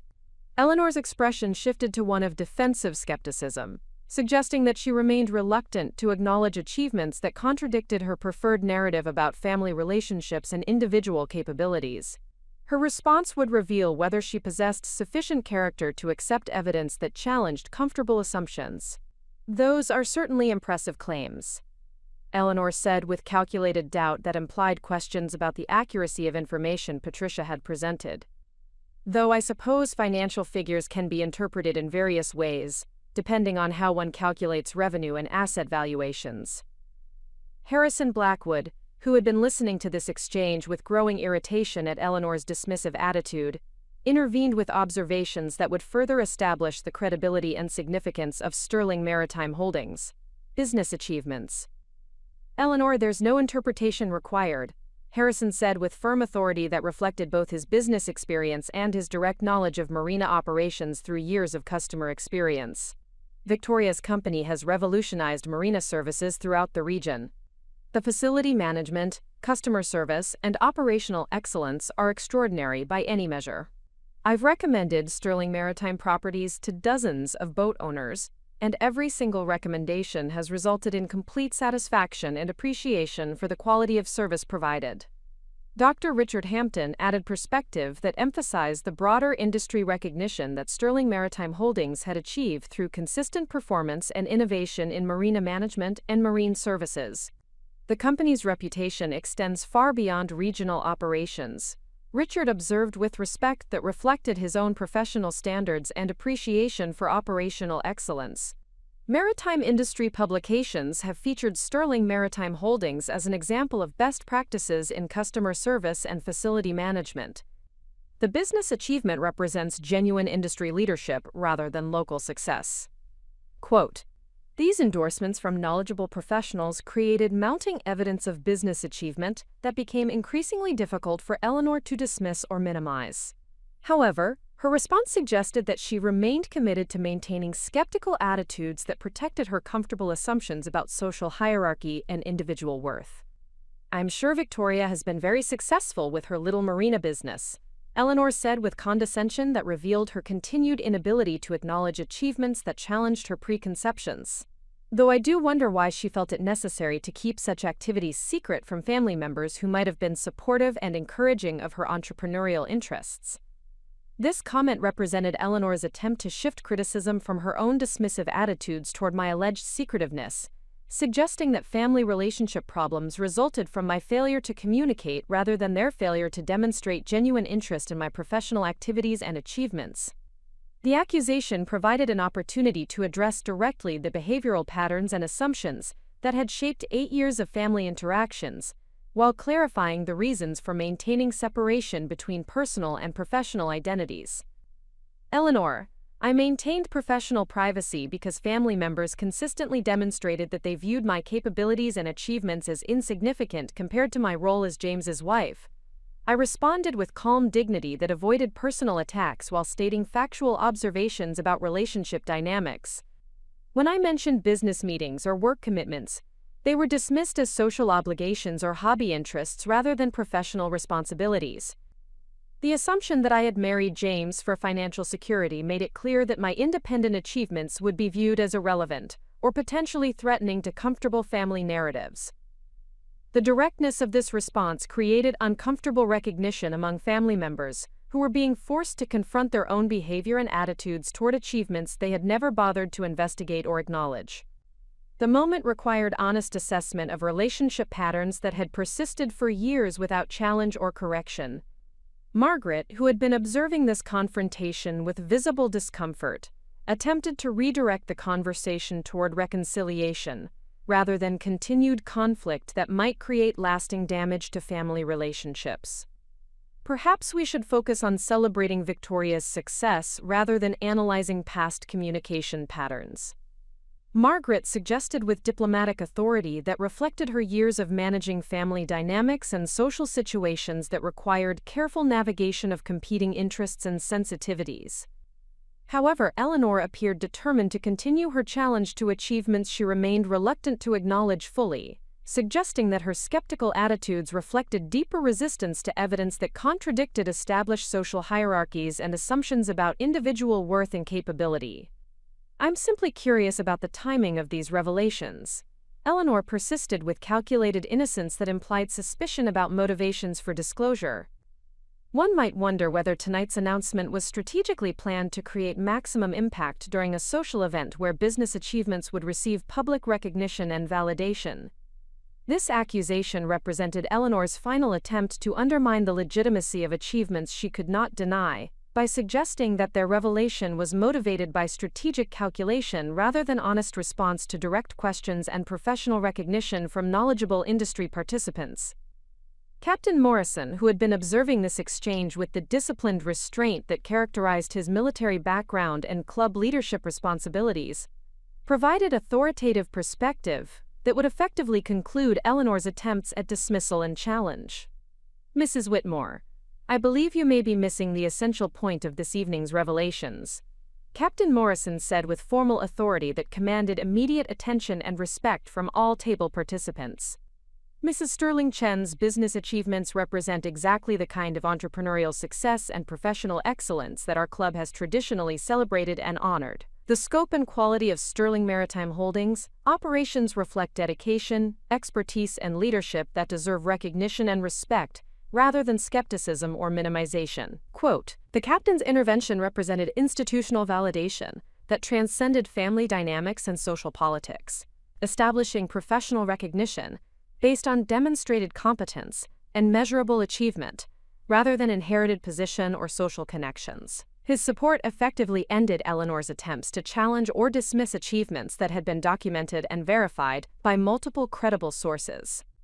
Eleanor's response to this authoritative correction revealed the fundamental character limitations that had motivated her skeptical attitudes throughout the evening's revelations. "Of course, Captain Morrison, I meant no disrespect," Eleanor said with defensive retreat that indicated recognition that her challenge had been unsuccessful and inappropriate. "I'm sure we're all very proud of Victoria's business success, regardless of how it was achieved or when it was revealed to family members." The qualification, "regardless of how it was achieved," represented Eleanor's final attempt to maintain subtle criticism while appearing to accept defeat, suggesting that she remained unable to acknowledge genuine achievement without implying questions about legitimacy or methodology. James, who had been largely silent during this confrontation, finally spoke with apparent determination to address family dynamics that had been exposed by the evening's revelations. "Eleanor, Victoria's achievements speak for themselves," James said with firmness that reflected growing understanding of the unfair treatment his wife had received from family members whose assumptions and prejudices had prevented appropriate recognition and respect. "Her business success is remarkable by any measure, and she deserves our support and appreciation rather than skepticism or qualified acknowledgement." This support from James represented significant development in our relationship, suggesting that the evening's revelations had created opportunities for better understanding and mutual respect based on accurate information rather than comfortable assumptions and stereotypes. The confrontation had demonstrated how truth and evidence could overcome prejudice and dismissal when supported by credible witnesses and institutional authority, while also revealing the character limitations of individuals who remained committed to comfortable assumptions, despite overwhelming contrary evidence. As the evening's formal activities concluded and club members began preparing to depart, I reflected on how the confrontation had clarified fundamental differences between individuals who could acknowledge and respect achievement when it challenged their assumptions, and those whose prejudices were too fundamental to their worldview to be modified by mere facts and evidence. The evening had provided validation that transcended family approval or social acceptance, establishing professional recognition based on demonstrated competence and industry leadership that could not be dismissed or minimized by individuals whose opinions were based on assumption rather than knowledge and experience. The drive home from Anchor Bay Yacht Club unfolded in contemplative silence as James and I processed the evening's revelations and their implications for our marriage, family relationships, and future interactions within the Sterling family's social circle. The dramatic shift in family dynamics had created opportunities for enhanced understanding and mutual respect, while simultaneously exposing fundamental differences in values and character that would require careful navigation to preserve family harmony and personal integrity.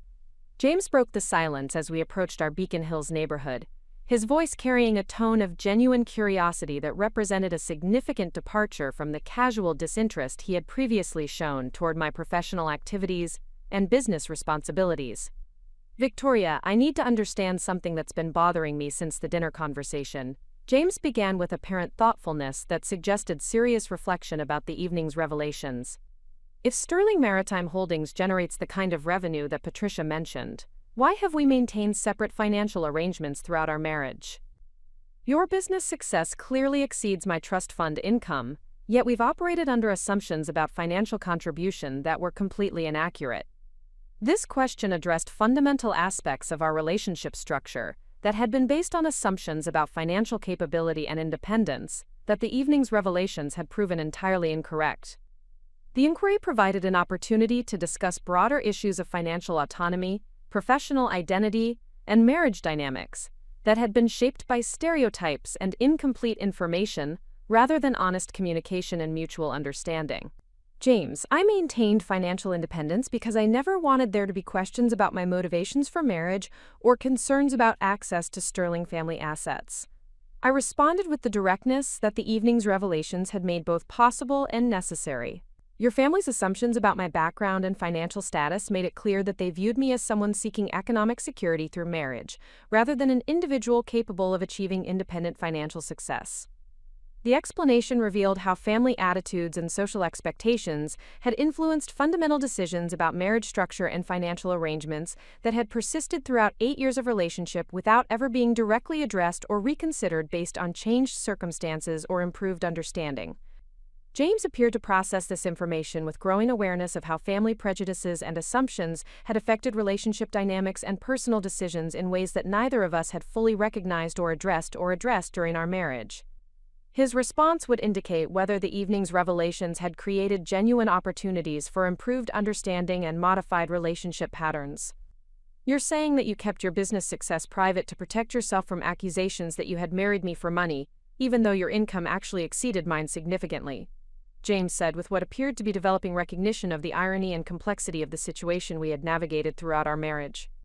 "Precisely," I confirmed, appreciating his apparent effort to understand motivations and concerns that had shaped decisions about professional privacy and financial independence that had characterized our relationship from its beginning. Maintaining separation between my personal and professional identities prevented conflicts that might have arisen if your family had known about Sterling Maritime Holdings' success and profitability. The conversation continued as we entered our home, where the familiar environment provided a more comfortable setting for addressing complex personal and professional issues that the evening's revelations had brought into focus. The transformation from public social event to private marriage discussion allowed for more honest and detailed exploration of relationship dynamics and future possibilities. James settled into his study while I prepared tea, both of us apparently needing time to process the evening's developments, before continuing conversations that would likely reshape our understanding of marriage roles, family dynamics, and professional recognition within our social circle. The revelations had created opportunities for enhanced intimacy and mutual respect, while also requiring acknowledgement of mistakes and missed opportunities that had characterized 8 years of relationship. When I joined James in the study, he had retrieved his laptop and was reviewing what appeared to be financial documents related to family trust arrangements and investment portfolios that had provided his income throughout our marriage. His expression suggested that he was attempting to compare his family's financial resources with the business achievements that Sterling Maritime Holdings represented. "Victoria, I've been looking at trust fund distributions and investment performance over the past 8 years, James said with apparent seriousness that indicated genuine engagement with financial analysis and comparative assessment of income sources. If the revenue figures Patricia cited are accurate, your business success has significantly exceeded the Sterling family's passive investment returns. You've achieved financial independence that surpasses inherited wealth through entrepreneurial activity and business management. This recognition represented exactly the kind of acknowledgement that had been missing from our relationship and family dynamics throughout 8 years of marriage. The comparison of earned income versus inherited assets revealed fundamental differences in financial achievement and professional capability that the Sterling family had been unable or unwilling to recognize due to their prejudices and assumptions about individual worth and motivation. The business required substantial personal investment and professional risk that passive wealth management doesn't involve, I explained, providing context that distinguished entrepreneurial achievement from investment returns that required no active contribution or specialized expertise. Building Sterling Maritime Holdings demanded technical knowledge, operational management skills, customer relationship capabilities, and strategic planning that couldn't be acquired through family connections or inherited resources. James appeared to appreciate these distinctions between earned success and inherited advantage, suggesting that the evening's revelations had created opportunities for him to understand and respect types of achievement that his family background had not prepared him to recognize or value appropriately. "I'm beginning to understand why you maintained professional privacy," James said with apparent sincerity that reflected growing awareness of how family attitudes had influenced relationship dynamics and personal decisions throughout our marriage. "My family's assumptions about women's capabilities and motivations would have made it difficult for you to receive appropriate recognition for business achievements that clearly deserved respect and acknowledgement." The acknowledgement represented significant progress in understanding relationship issues that had persisted without resolution throughout our marriage. James's apparent willingness to recognize family prejudices and their impact on our relationship suggested possibilities for improved communication and mutual respect based on accurate information rather than comfortable assumptions. However, the conversation also revealed broader questions about how the evening's revelations would affect our future relationship with the Sterling family and their social circle, where attitudes about women's capabilities and appropriate roles might not change as readily as individual recognition within our marriage. "James, tonight's revelations will likely create ongoing challenges within your family and social circle," I observed, addressing practical concerns about future family interactions and social dynamics that would be affected by changed understanding of my professional identity and business achievements. Some family members may be able to acknowledge and respect business success that challenges their assumptions, while others may remain committed to comfortable prejudices, despite overwhelming contrary evidence. Eleanor Whitmore's response during the evening's confrontation had demonstrated how some individuals remained resistant to acknowledging achievement that contradicted established social hierarchies and assumptions about individual worth. Her attitude suggested that family harmony might require ongoing navigation of competing perspectives and values that could not be easily reconciled through evidence or rational discussion. James considered this observation with apparent seriousness, suggesting that he recognized the complexity of family dynamics and social expectations that would continue to influence our relationship and interactions within established social circles. "You're right that not everyone will be able to acknowledge your achievements appropriately." James agreed with what appeared to be realistic assessment of family character and limitations. "But perhaps it's time for our family to confront prejudices and assumptions that have prevented us from recognizing and respecting genuine accomplishment when it challenges comfortable stereotypes." This perspective indicated significant maturation in James's understanding of family dynamics and social responsibility that extended beyond personal relationship issues to broader questions about how privileged individuals could contribute to more accurate and respectful assessment of individual worth and capability. The conversation was interrupted by my phone ringing with a call from Marcus Chen, whose timing suggested that business emergencies did not respect social schedules or personal relationship discussions. The call would provide immediate demonstration of the ongoing professional responsibilities that the evening's revelations had finally made visible to James and the Sterling family. "Victoria, we have an update on the dock repairs that requires your immediate attention." Marcus began with the professional efficiency that characterized his communication style during crisis management situations. "The marine construction crew has identified additional structural issues that will extend the repair timeline and increase project costs beyond our initial estimates. The situation required immediate decision-making about resource allocation, contractor management, and client communication that would test my ability to maintain professional leadership while simultaneously addressing personal relationship issues that the evening's revelations had created. "What are the specific structural problems and cost implications?" I asked, shifting immediately into the analytical mode that business crises demanded while remaining aware that James was observing my professional decision-making process for the first time with complete understanding of its significance and scope. Marcus provided technical details about foundation problems and engineering challenges that would require specialized equipment and extended construction timelines to resolve safely and permanently. The additional costs would exceed $100,000, while the extended repair schedule would affect client satisfaction and facility operations during the peak summer sailing season. "Authorize the additional work and extended timeline," I instructed after rapid analysis of alternatives and risk assessment. Client safety and facility integrity are non-negotiable priorities, regardless of cost implications or scheduling inconvenience. Prepare detailed communication for all affected clients that explains the situation while reassuring them about our commitment to facility quality and customer service. The decision-making process demonstrated exactly the kind of professional responsibility and business judgment that the Sterling family had been unable to recognize or appreciate throughout 8 years of relationship. The crisis management required technical expertise, financial analysis, customer relationship skills, and strategic thinking that distinguished genuine business leadership from passive wealth management or inherited advantage. James observed this professional interaction with apparent interest and respect that represented significant departure from his previous casual disregard for my business activities and responsibilities. His expression suggested growing appreciation for the complexity and significance of operational challenges that required immediate attention and decisive leadership. After concluding the business call, I found James reviewing notes he had apparently taken during my conversation with Marcus, suggesting genuine engagement with professional issues that he had previously dismissed or ignored. "Victoria, that phone conversation illustrated exactly the kind of business responsibility and decision-making capability that I never fully understood or appreciated," James said with apparent sincerity that reflected changed perspective about my professional identity and achievements. "The technical knowledge, financial analysis, and customer service considerations you addressed in 10 minutes exceeded the complexity of most decisions I face regarding trust fund management. This comparison between entrepreneurial responsibility and passive wealth management revealed fundamental differences in professional engagement and contribution that the Sterling family's social position had prevented them from recognizing or valuing appropriately.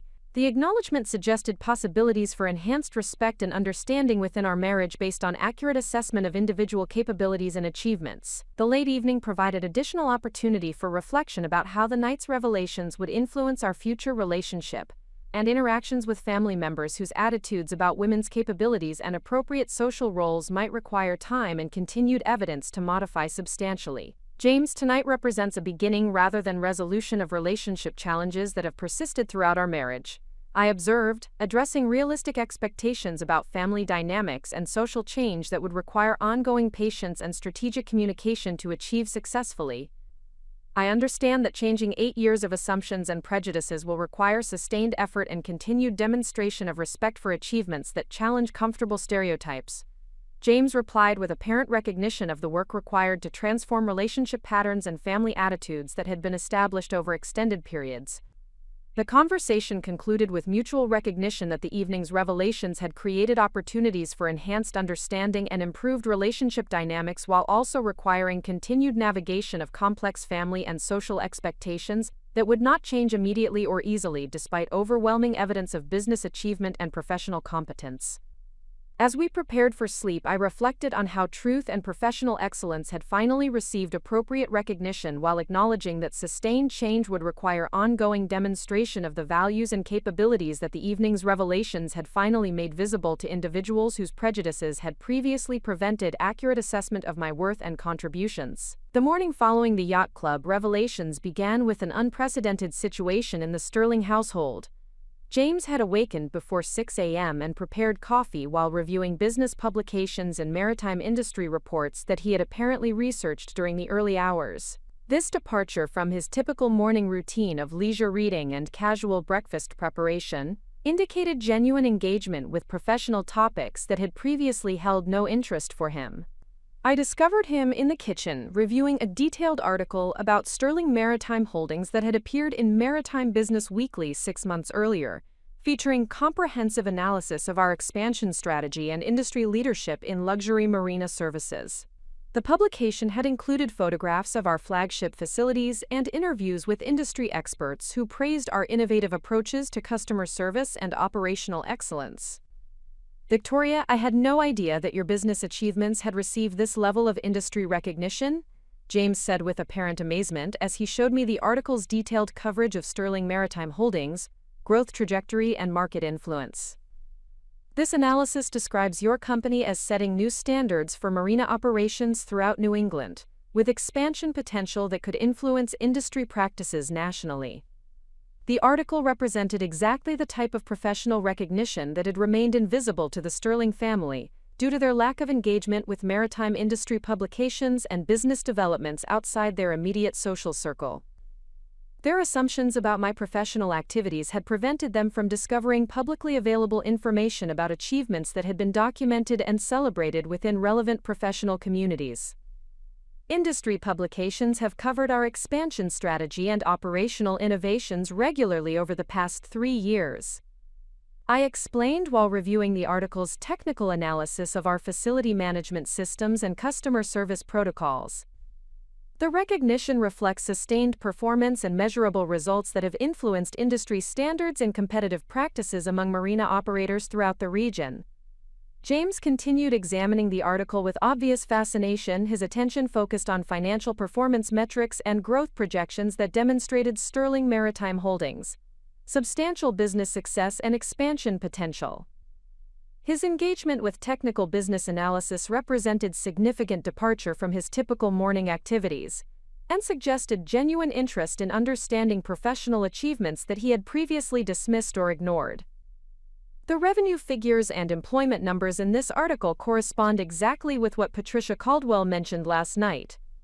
James observed with apparent recognition that the yacht club revelations had been supported by documented evidence rather than personal claims or exaggerated representations.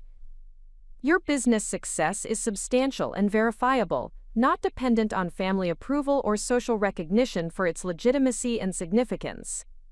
This understanding represented crucial development in James's appreciation for business achievement that existed independently of Sterling family acknowledgement or social acceptance. The recognition that professional success could be measured through industry standards and performance metrics, rather than inherited position or family connections, indicated potential for enhanced respect and understanding within our marriage relationship. The morning's reflection was interrupted by another emergency call from Marcus Chen, whose timing reinforced the reality that business leadership required constant availability and immediate response capabilities that distinguished entrepreneurial responsibility from passive investment management or inherited wealth administration. "Victoria, we have received a significant development that requires your personal attention and strategic decision-making." Marcus began with controlled excitement that suggested positive rather than problematic news requiring crisis management response. "Coastal Marina Development Corporation has approached us about a potential acquisition offer for the entire Sterling Maritime Holdings portfolio."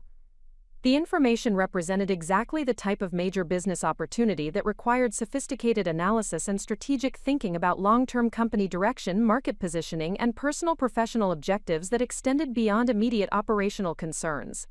The acquisition inquiry would test every aspect of business knowledge and strategic planning capability that I had developed through 8 years of company building and industry leadership. "What are the preliminary terms and timeline for consideration?" I asked while simultaneously calculating the financial implications and strategic considerations that would influence my response to this unexpected development.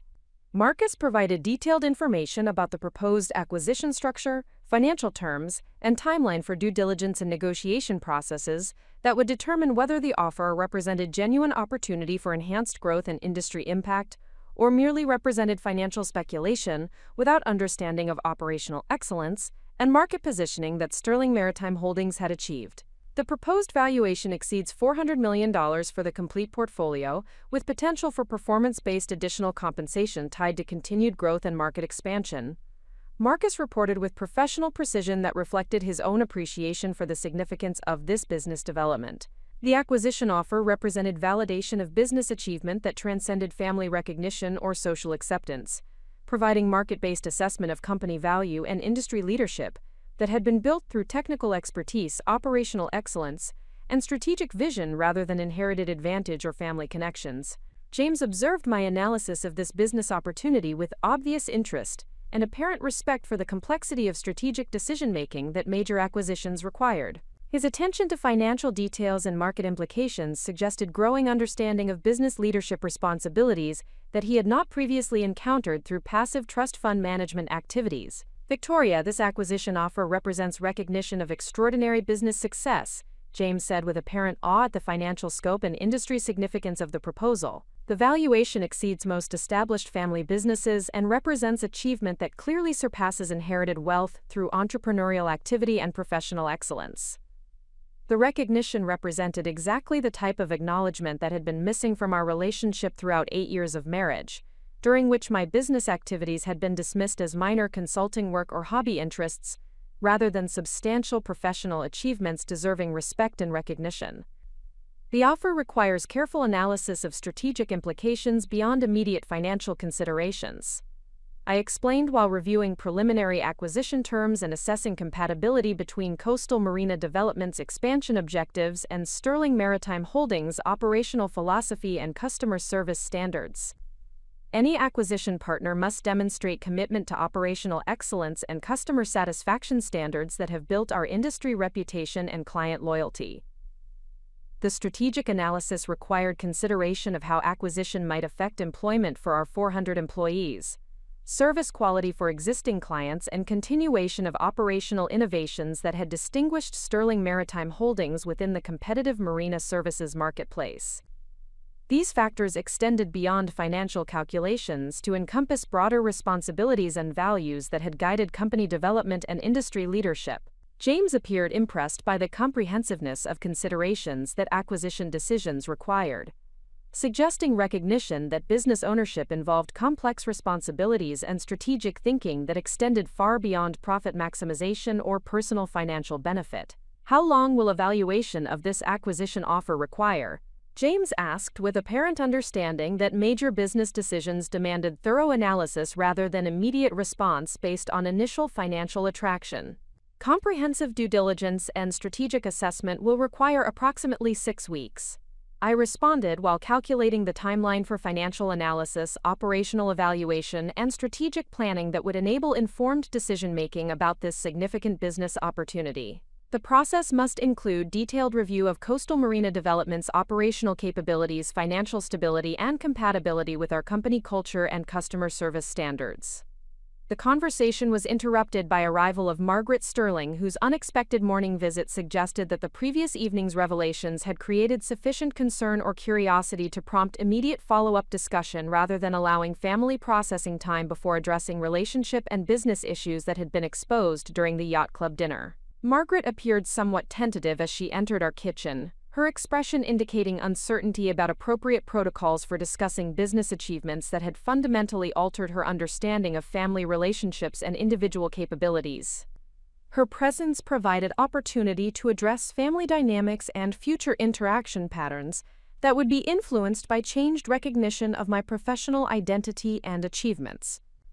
"Victoria, I hope you don't mind my stopping by unannounced," Margaret began with uncharacteristic deference that reflected recognition that our relationship dynamic had been altered by revelations about business success and financial independence that contradicted 8 years of assumptions about my motivations and capabilities. "I've been thinking about last night's conversation and realized that I need to understand better how to appropriately acknowledge and support your professional achievements moving forward."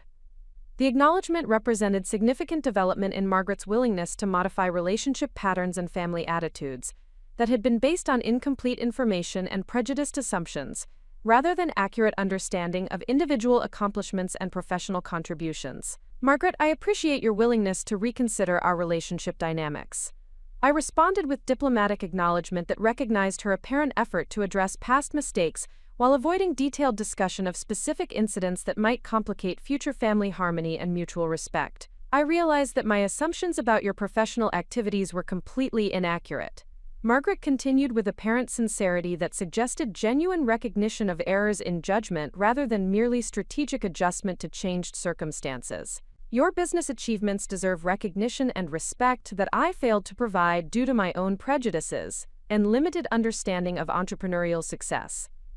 This admission represented exactly the type of accountability and growth that would be necessary for improved family relationships based on mutual respect and accurate understanding of individual worth and contributions. Margaret's willingness to acknowledge mistakes and modify attitudes suggested potential for enhanced family dynamics that could accommodate diverse forms of achievement and professional identity. James contributed to this conversation by sharing information about the acquisition offer and its implications for understanding the scope and significance of Sterling Maritime Holdings within the broader maritime industry and regional business community.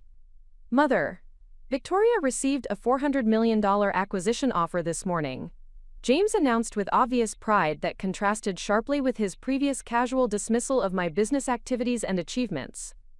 The proposal validates her company's industry leadership and demonstrates business success that exceeds most established family enterprises.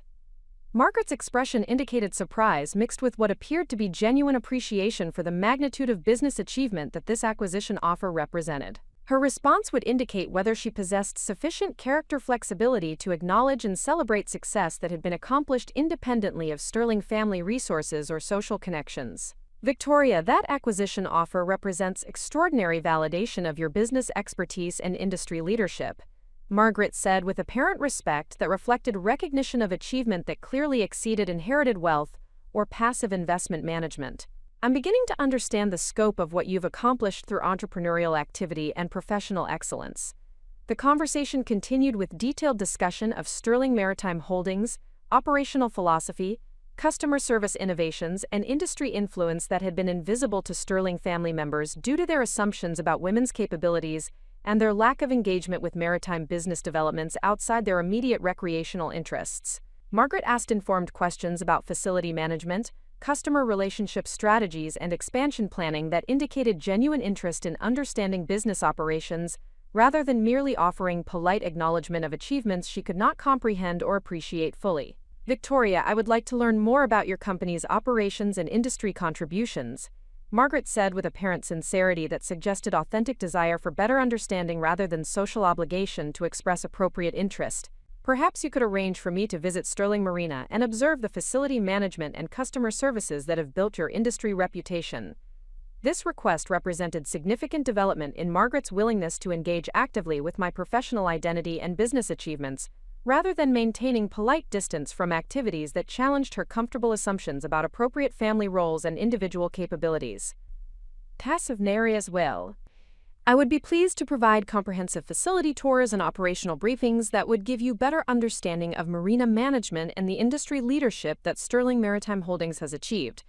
I responded with genuine appreciation for her apparent interest in learning about business operations and professional achievements that had remained invisible throughout 8 years of family relationships.